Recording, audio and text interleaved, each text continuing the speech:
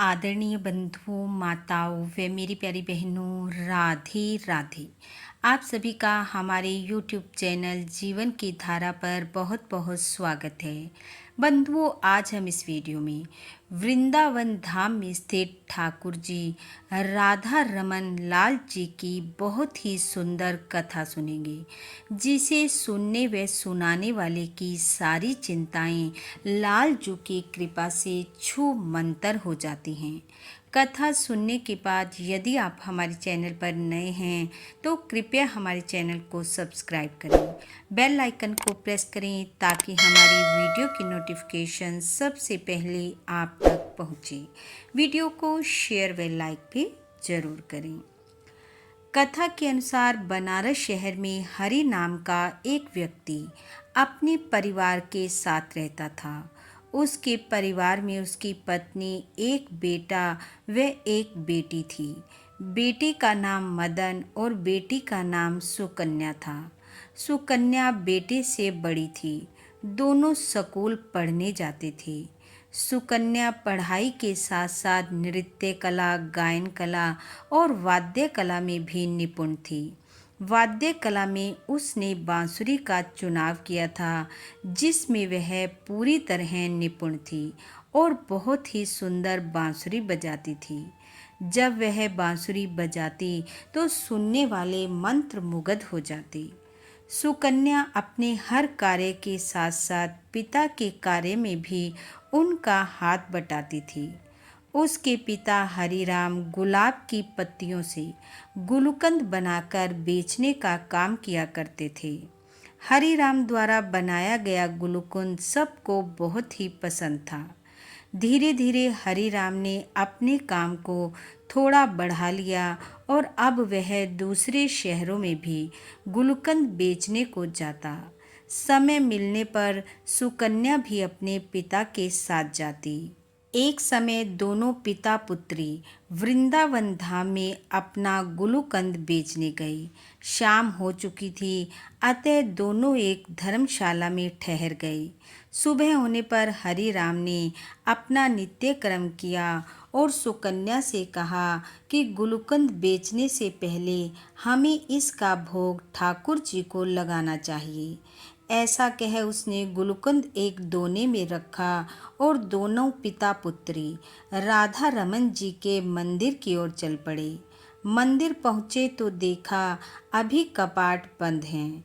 उन्होंने गुलकंद का दोना गोसाई जी को देते हुए कहा, इसे राधा रमन जी को पवाना उन्हें अच्छा लगेगा। और यह कहकर दोनों मंदिर प्रांगण में बैठ गए। बैठते ही सुकन्या, जो कि हर रोज बांसुरी बजाने का अभ्यास करती थी, उसने बांसुरी निकाली और अपने अधरों पर रखकर बजाने लगी। जैसे ही सुकन्या ने बांसुरी बजाना शुरू किया, वहाँ खड़ा हर व्यक्ति जहाँ का तहाँ रुक गया और बांसुरी की धुन में मगन हो गया। ऐसा लग रहा था मानो समय रुक गया हो। कुछ समय बाद मंदिर के पट खुले, आरती हुई और फिर भोग प्रसाद लगाया गया। भोग प्रसाद में हरि राम व सुकन्या द्वारा लाया गया गुलकंद भी रखा गया। गोसाई जी, जो हर रोज राधा रमन जी की सेवा पूजा किया करते थे, वह देख रहे थे कि आज राधा रमन जी के मुख की आभा कुछ अलग ही है। उनकी मुस्कान हर पल बदल रही है। ऐसा गोसाई जी ने पहले कभी महसूस नहीं किया था। जब तक सुकन्या बांसुरी बजाती रही, राधा रमन जी हर पल अपने मुस्कुराते चेहरे के भाव बदलते रहे और ऐसा लगातार कई दिनों तक चलता रहा। वह रोज मंदिर में आते, राधा रमन जी को भोग लगाते, सुकन्या अपनी बांसुरी सुनाती और चली जाती। जब कई दिन हो गए तो हरि राम ने कहा, पुत्री, अब हमें यहाँ से चलना चाहिए। यहाँ आए हमें कई दिन हो गए हैं। लेकिन जब तक प्रभु की इच्छा ना हो तो कोई कहीं नहीं जा सकता। राधा रमन जी अभी उन्हें कुछ दिन और वहीं रोकना चाहते थे, इसलिए वह जब भी जाने का सोचते कुछ ना कुछ ऐसा होता जिसके कारण उन्हें वहाँ रुकना पड़ जाता। और ऐसा होते होते 2 माह का समय कब बीत गया पता ही नहीं चला। सुकन्या तो जैसे राधा रमन जी की दीवानी हो चुकी थी। उसका मन राधा रमन जी को छोड़ने का बिल्कुल ना था। और उधर राधा रमन जी जो कि आज तक अपनी बांसुरी की धुन से सारे वृंदावन में रमन करते थे, वो अब सुकन्या की बांसुरी की धुन सुनकर मंत्रमुग्ध हो रहे थे। और कई बार तो ऐसा होता कि राधा रमन जी विश्राम के लिए भी देरी कर देते, क्योंकि उन्हें बांसुरी की धुन बहुत ही प्यारी लगती। कई बार जब गोसाई जी राधा रमन जी को विश्राम करवाने के लिए मंदिर का पट बंद करते तो किसी न किसी कारण उन्हें पट बंद करने में देरी हो जाती। गोसाई जी भी समझ चुके थे कि राधा रमन जी को सुकन्या की बांसुरी की धुन मोहित कर चुकी है। परंतु कुछ समय बाद हरि राम और सुकन्या बड़े भारी मन से वृंदावन को छोड़ते हुए अपने घर बनारस आ गए। लेकिन घर आने के बाद भी सुकन्या का मन उस मोहिनी मूरत वाले राधा रमन जी में अटका हुआ था। उसका मन घर में बिल्कुल ना लगता। उसे ऐसा लगता कि वह सब कुछ छोड़कर वापस वृंदावन पहुंच जाए। धीरे धीरे कुछ समय बीता। एक दिन सुकन्या अपने माता पिता के साथ रसोई घर में खड़ी थी कि अचानक उसे चक्कर आया और वह बेहोश होकर गिर गई। माता पिता घबरा गए, डॉक्टर के पास लेकर गए, परंतु उसे कुछ समझ नहीं आया। उसने बड़े अस्पताल में सुकन्या को दिखाने की सलाह दी। तब हरि राम व उसकी पत्नी अपनी बेटी को बड़े डॉक्टर के पास ले गई।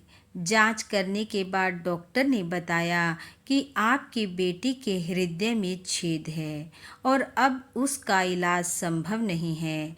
वह कुछ दिनों की ही मेहमान है। यह सुन दोनों पति पत्नी के पैरों के नीचे से जमीन निकल गई।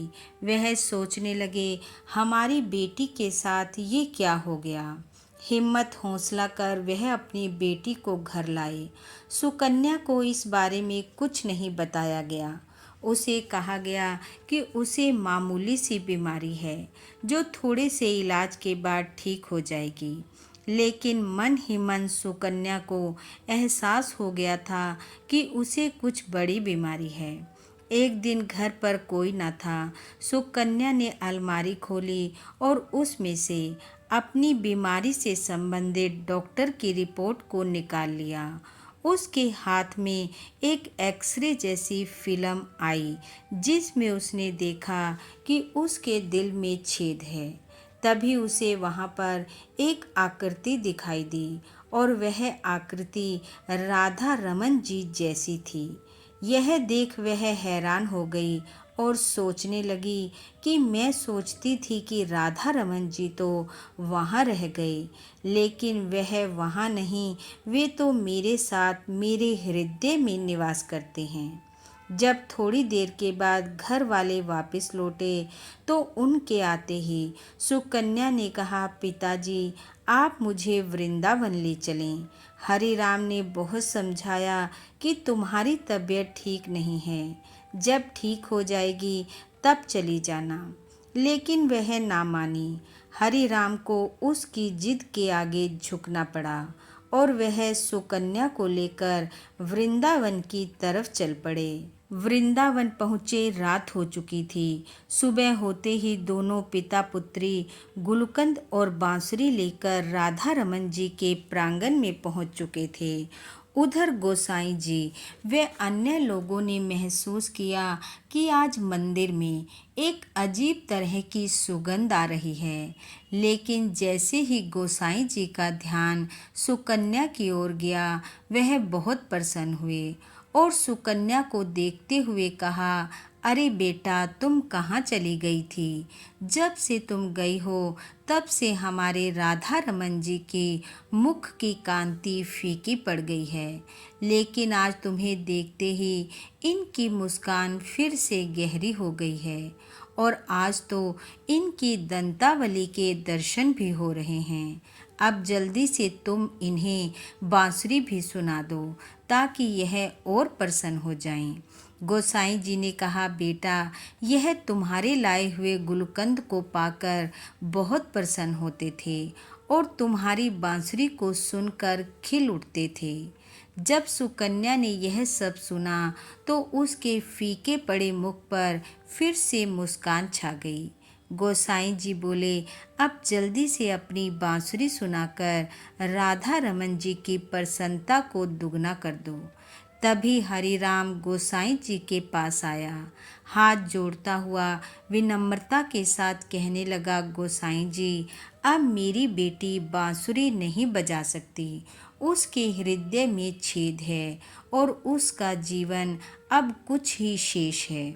अगर अब उसने बांसुरी बजाई तो उसकी तबीयत खराब हो जाएगी और फिर क्या होगा यह तो राधा रमन जी ही जाने। अभी हरिराम गोसाई जी को यह बता ही रहा था कि उधर सुकन्या ने आंखें बंद कर अपने हृदय में बैठे राधा रमन जी के दर्शन करते हुए बांसुरी बजाना शुरू कर दिया और वह लगातार 5 घंटे बांसुरी बजाती रही। हरिराम यह देखकर हैरान हो रहा था कि इतनी बीमार होने के बाद यह बांसुरी कैसे बजा रही है। जब सुकन्या ने बांसुरी बजाना बंद किया तो हरिराम के पास एक व्यक्ति आया। वो पेशे से डॉक्टर था। उसने हरिराम व गोसाई जी की सारी बात सुन ली थी। वह हरिराम से बोला, तुम्हें जरूर कोई गलत फहमी होगी, क्योंकि जिसे हृदय रोग अथवा हृदय में छिद्र होता है वह बांसुरी वादन नहीं कर सकता। यह सुन हरिराम ने कहा, मैं सत्य कह रहा हूँ। हम बनारस में अपनी बेटी का इलाज भी करवा रहे हैं, पर डॉक्टर ने कहा है कि इसके पास ज़्यादा समय नहीं है। तब वह डॉक्टर कहने लगा, मैं इसकी जांच करना चाहता हूँ। तब उस डॉक्टर ने सुकन्या की जांच की। उसने जांच में पाया कि सुकन्या के हृदय में छेद तो है, लेकिन वह किसी आवरण से ढका हुआ है जो कि सुकन्या के हृदय की रक्षा कर रहा है। डॉक्टर ने बहुत कोशिश की, परंतु उसे कुछ समझ नहीं आया। लेकिन उसने यह भी कह दिया कि सुकन्या की जान को कोई खतरा नहीं है। उस छिद्र पर कोई आवरण है जो उसकी रक्षा कर रहा है। सब हैरान थे, लेकिन सुकन्या यह जानती थी कि वह आवरण कुछ और ना होकर स्वयं राधा रमन जी हैं, जो कि उसके हृदय में बैठकर उसकी रक्षा कर रहे हैं। सुकन्या के हृदय में राधा रमन जी इस प्रकार बस चुके थे कि शीघ्र ही उसने अपने पिताजी को कह दिया कि वह राधा रमन जी को छोड़कर वापस नहीं जाएगी। उसके पिता ने उसे बहुत समझाया, पर सुकन्या अपनी बात पर अडिग रही। तब पिता उसे वहीं राधा रमन जी के हवाले कर घर वापस लौट गए। इस बात को 25 वर्षों से अधिक का समय हो चुका था। सुकन्या के बालों में से सफ़ेदी झांकने लगी थी, लेकिन उसका हृदय ज्यों का त्यों था। उसको कुछ भी नहीं हुआ था। कहते हैं, जिस पर लाल जू की कृपा हो जाए उसको कोई बीमारी छू भी नहीं सकती, और यदि कभी कोई बीमारी भूलवश उनके भक्तों के पास आ भी जाए तो लालजू इतनी दयालु और कृपालु हैं कि उनकी कृपा से सारी बीमारी व सारी चिंताएं छू मंतर हो जाती हैं। बोलो राधा रमन लाल जी की जय।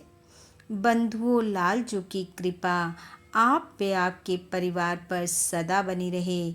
आपका घर आंगन खुशियों से महकता रहे।